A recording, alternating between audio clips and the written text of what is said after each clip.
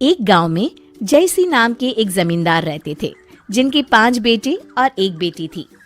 इकलौती बेटी होने के कारण उसे सबसे ज्यादा दुलार भी मिलता था। जमींदार की बेटी ज्योति अपने पिता के इस दुलार की वजह से जिद्दी, गुस्सैल और आलसी हो गई थी।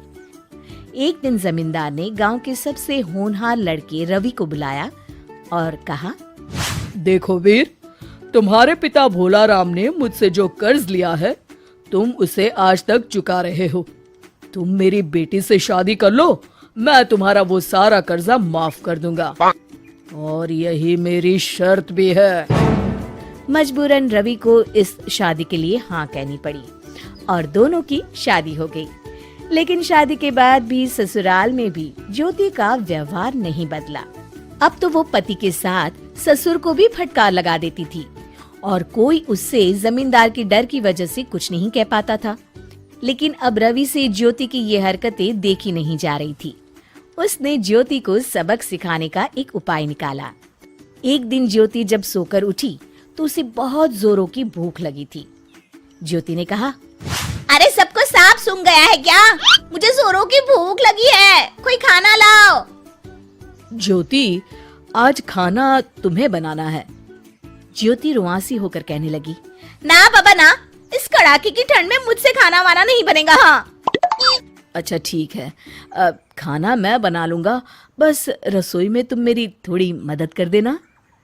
अब रवि की बात मानने के अलावा ज्योति के पास कोई चारा नहीं था। दोनों ने मिलकर खाना बनाया। रवि खाना खाने के बाद कहता है, ज्योति, मैं खेत पर जा रहा हूँ काम करने, तुम घर में चौकस रहना। हाँ? चौकस? वो क्यों? तुम्हें ये बात नहीं पता, लेकिन दिन में प्रेत यहाँ से गुजरते हैं और जो भी उनकी तरफ देखता है वो उसे नोच डालते हैं। ज्योति डर गई।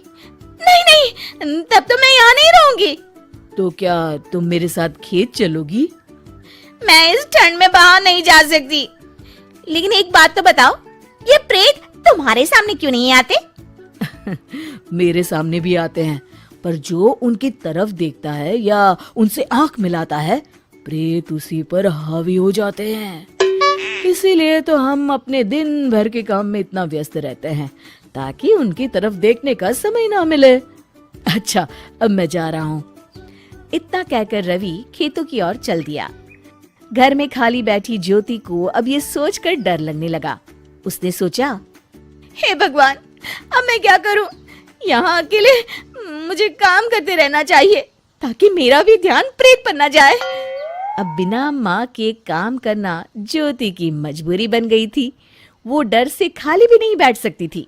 उसने मन में सोचा, रवि के आने से पहले क्यों ना खाना ही बना लूं। उस रात को खाना ज्योति ने बनाया।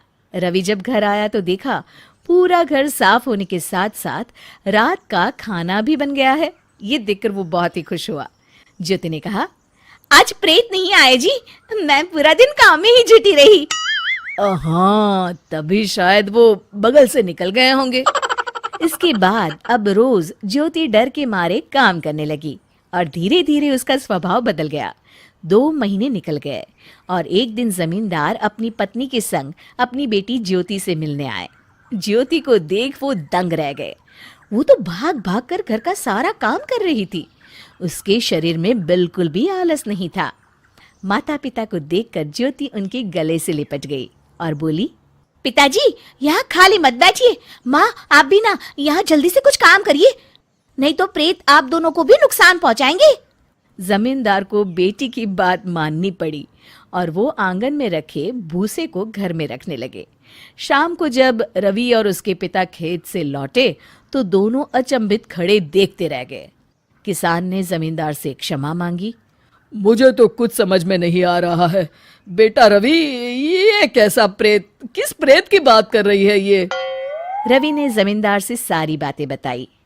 पिताजी, मुझे माफ करिएगा, लेकिन मैंने ज्योति के आलस को दूर करने के लिए ये प्रेत वाला झूठ बोला था और भोली भाली ज्योति प्रेत वाली बात को सच मानकर खाली बैठने से डरने लगी और काम करने लग गई।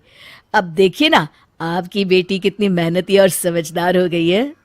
रवि की समझदारी और चालाकी से ज्योति के माता पिता बहुत खुश थे और सभी प्रेत वाली